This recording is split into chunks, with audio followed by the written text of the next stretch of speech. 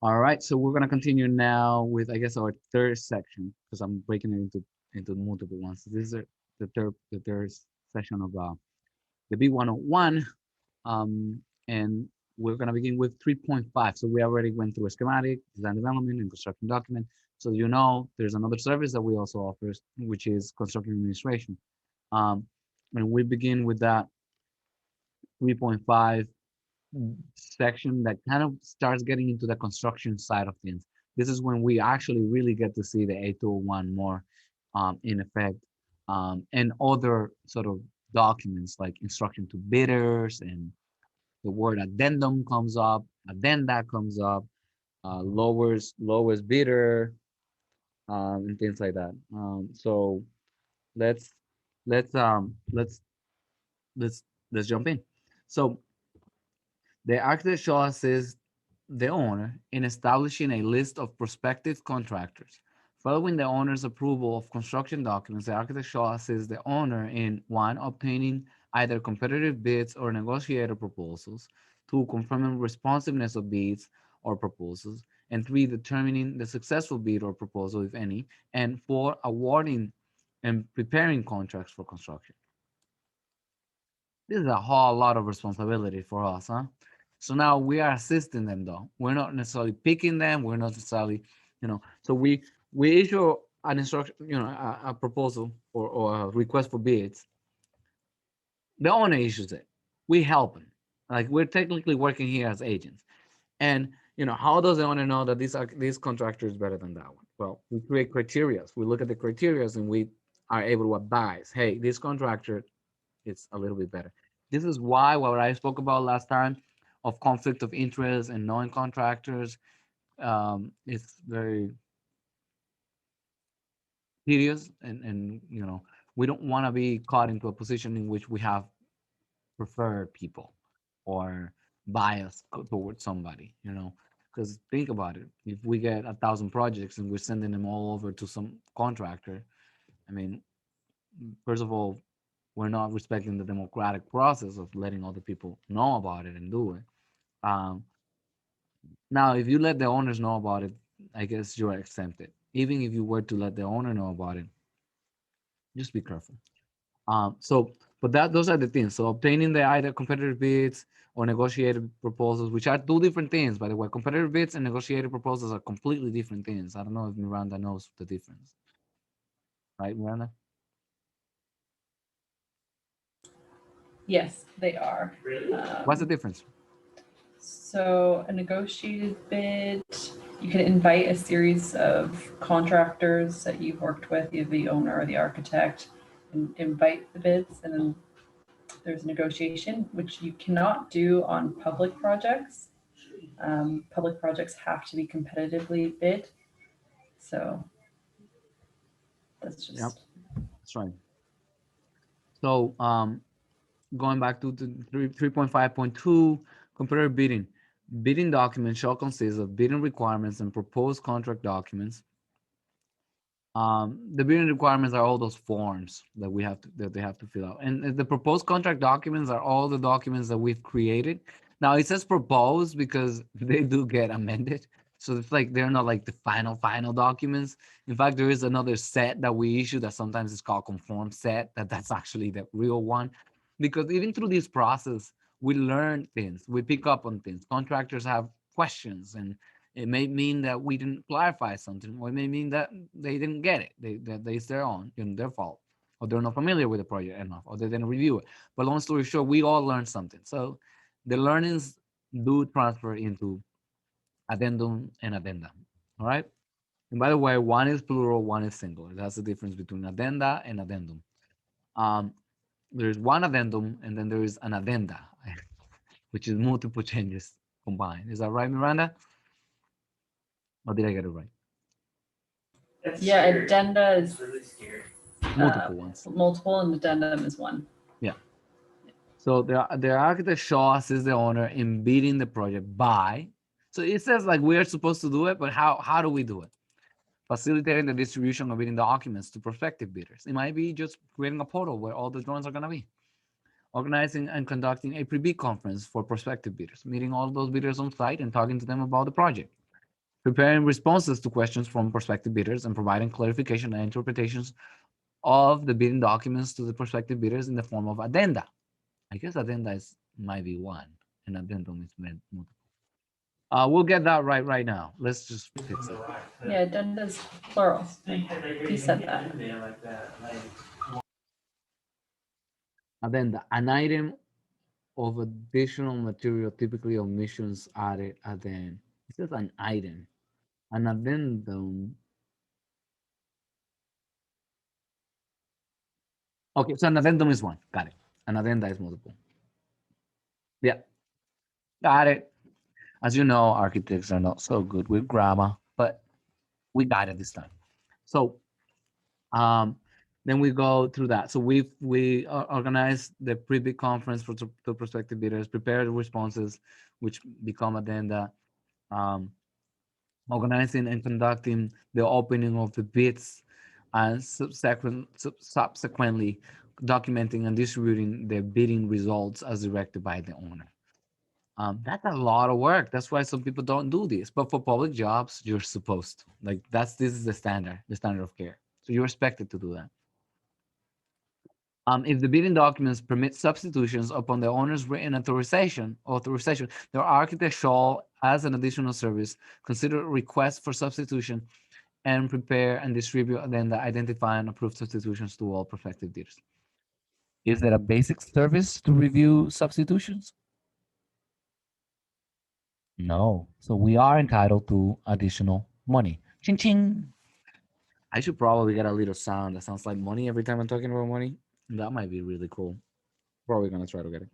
So if the okay, so then we go to negotiated proposals. So there's the different things. We already heard about competitive bidding. Competitive bidding is everything you guys hear about on public jobs. It's kind of like that. That's that. Negotiated proposals, as Miranda said, it could just be me talking to whoever I want about my project. It doesn't have to be publicly done if it's a private project, right? It's my house. I'm gonna hire whoever I want. If it is a city hall, then it's got to go through the public. So negotiated proposals. Proposal documents shall consist of proposal requirements and proposed contract documents. Now, before was bidding requirements and proposed contract documents. Bidding requirements, proposal requirements, different things. All right. So if you have a question and it's about negotiated proposals, proposal requirements. And then what do we do here? One, we got to facilitate the distribution of proposal documents for distribution to prospective contractors. The word prospective contractors, prospective bidders. We're not doing prospective bidders in here. We're doing prospective contractors. Okay? They're not bidding. They're not competing on a public way. They're just prospective people that we want, and it may just be one. And requesting the return upon completion of the negotiation process. So you facilitate those drawings, and they bring it back to you. Okay? Organizing and participating in the selection interviews with prospective contractors. Instead of a pre-bid conference, we're doing an interview, right? Preparing responses to questions from prospective contractors and providing clarification and interpretation of proposal documents and prospective contractors in the form of addenda. We still do an addenda, all right? And participating in negotiations don't happen on the competitive bidding like that. You don't see the word negotiation. We're negotiating nothing. In the negotiated proposals, participating in negotiations with prospective contractors and subsequently preparing a summary report of the negotiation results as directed by the owner. Different. Here we distribute the bidding results. Here we create a summary of report, okay? If the proposal document, so I guess, like I said earlier, I kind of misled you, so I'm gonna repair that damage. So we have schematic design, design development, construction documents, bidding and negotiation, construction administration. Bidding and negotiation is a whole service on its own too, and it's prior to construction. And then if the proposal documents permit substitution, the same question applies. Upon the owner's written authorization of the architect shall, as an additional service, chin chin, money, consider requests for substitutions and prepare and distribute addenda identifying approved substitutions to all prospective contractors. It's not a free for all, guys. It's not like, yeah, you can substitute whatever you want. You can give them a list of approved substitutions that you, or brands or companies that you will allow. And there are things that you absolutely don't allow, you know. And then we go to section 3.6, construction phase services. And I'm gonna try to go through this one and end it at here today, okay? So, and if you listen to this, the video from yesterday, today's video, that's divided into two, you'll be good. If you're going to practice management, you're gonna be on an 80% zone of the things that might come at you during the exam for practice management. Now, I'm not saying skip the next ones that we're gonna be recording in the future. I'm just saying, hey, if you can't do the other ones, if this is all you can do it. Better than doing nothing. So section 3.6, construction phase services. 3.6.1, general. The architect shall provide administration of the contract between the owner and the contractor as set forth below and in AIA document A201. Remember that baby that we spoke about? Yeah, that baby that we spoke about here, conventional A201, that establishes the relationship between architect, owner, contractor, subcontractor, consultants, and everybody around. That same document comes into play now during construction. So the architect shall administer the contract as set forth in A201. It's basically saying the architect shall do during construction everything that the A201 says the architect shall do. So that's why it's a reference kind of terms and conditions, general conditions to this. So do you need to know it for practice management? Yeah, just like I said that you need to know all the electronic documents that are referenced in here. It's just saying that as part of your contracts, an architect just should do everything that that other contract says. And even though NCARB does not tell you, nope, they don't. Where is it? They do not tell you that the A201 is used for practice management. I am sorry. NCARB is not being totally accurate about it.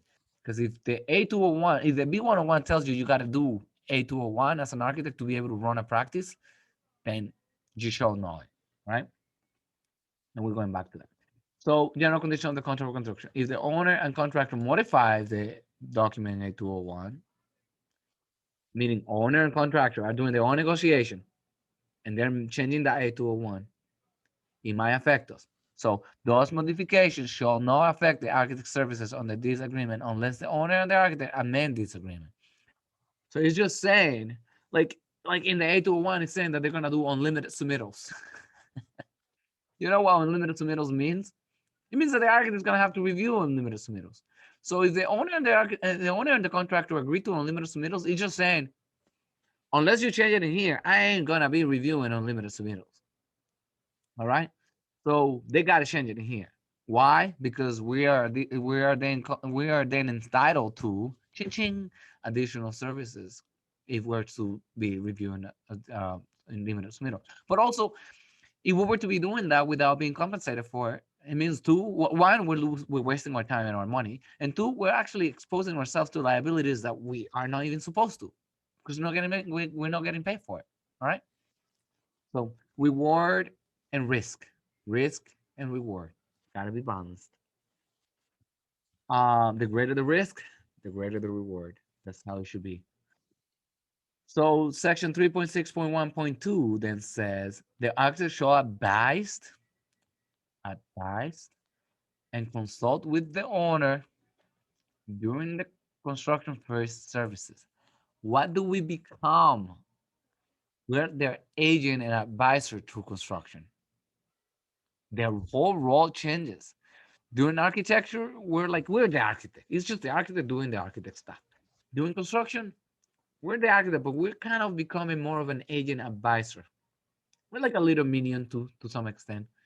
You know, oh, the contractor did this, it's not my drawings. We're kind of niching around saying, yep, I'm gonna reject that owner. That's what's going on, you know. So we're kind of like the minion in the middle. Sorry, I don't want to uh, represent architects as little minions, but it's just our role changes a little bit. All right. So doing design, we're like super architect with our cape, super architect. Doing construction, we're more like step back, relaxed. We're not responsible for means and methods. We're not responsible for construction safety. We're not responsible for yada yada yada yada yada yada yada yada. So or all we're responsible for is to sort of certify payment and ensure that things are being done in accordance with the contract documents. So and it says it here. So I'm gonna say it right now. And every time I do this, it means something important is about to come. So the architect shall not have control over, charge of, or responsibility for the construction means, methods, techniques, sequences, or procedures, or for safety precautions and programs in connection with the work, nor shall the architect be responsible for the contractor's failure to perform the work in accordance with the requirements of the contract documents. Got that? Construction, even though I run my practice and do construction too, actually the second job that we're doing is this other basement. We happen to keep getting basements. So that one I'm wearing another hat now. But I still do wear the architect hat, meaning life safety and things like that when it comes to like how it was drawn. But then construction is like quality assurance, like quality control. Like we gotta really make sure that it's delivered the right way. So I don't want to confuse you. I forget about my design build life. Architect shall do what this says you shall do. You're like if you see somebody on the job site without a hard hat, are you supposed to tell him, hey, dude, you're supposed to be wearing a hat? What's going on? Where's your hat? Are you supposed to do that? No. What you can do is during the meeting, say, hey, listen, I did see that, uh, actually just even saying, speaking, we want everybody to be safe on the job site and follow all the guidelines and procedures. So, contractor, that's your role. Take care of your role. You might not even say that you saw somebody. I mean, this is. Do you see how I get now? Trying to even explain it. I can't even explain it because we can't say too much about life safety when it comes to the job site. We can't say, hey, you're supposed to wear a hat and a vest. No. Well, hey, you're supposed to check in. Why haven't you signed in on your sign-in sheet? Why? Because we're now becoming the contractor. The minute we become the contractor is the minute we've already taken liability that we were never supposed to be taking. All right. So we cannot document these things, but document it smartly. You don't want to put you don't want to set too much light into it either. You want to just say enough about it. God, I still don't even have a good answer. I don't feel comfortable with this answer. But we're not responsible for construction means and metal safety and all that stuff. That's all it is. Is if you see something, say something. They say out there, but be careful how you say it. The architect shall be responsible for the architect's negligent acts or omissions, but shall not have control over, charge of, and shall not be responsible for acts or missions of the contractor or any other persons or entity performing portions of the work. Well, the wall fell down into pieces. Architect got nothing to do with it. Why? I'm not a builder. I don't know how to build a building. And guess what? We don't create a set of instructions as to how to put together a building. Yeah, we do not do that. If you thought that you were doing a little IKEA step one, step two manual, that's not what you're doing. So change your mindset. You're doing a design intent. And the design intent is definitely supposed to stand. So if the contractor, as a contractor that knows how to build stuff, doesn't make it stand, it's his problem. If it doesn't stand because the beams and columns that or a structural engineer size were improper, then we're all on the hook. Meaning the owner is gonna sue you, you sue your structural engineer, and the model kind of gets settled, hopefully. Right? So that's that. So section 3.6.1.3 says subject to section 4.2 and except as provided in section 3.6.6.5, the active responsibility to provide construction phase services commences with the word of the contract for construction and terminates on the date of final certificate of payment. Contractors are on the hook generally until substantial completion for most of the stuff. We, however, are on the hook until final completion, final certificate for payment. Okay. So what does that mean? Well, the contractor could actually leave the job after substantial completion, and there should be enough money to have somebody else finish up the work. And the work means paint and little things like that. Because substantial completion is a date in which the project could get a certificate of occupancy, meaning it could be used for its intended purpose. Everything in the building shall be used or able to be used for its intended purpose. Okay? Let me see how much more we have in here. I'm sorry, guys. I think I'm gonna end it at section 3.6.2, where we talk about evaluation of the work, because I think that the CA portion is a lot more in depth of what I was hoping for. And I think I don't want to bore people with long videos too, anyway. So, is this good? Everybody good? Everybody happy? All right. Yep. So I'm gonna pause it in here, and I'm gonna have some questions and answers for a few more minutes after I pause the recording. Thank you.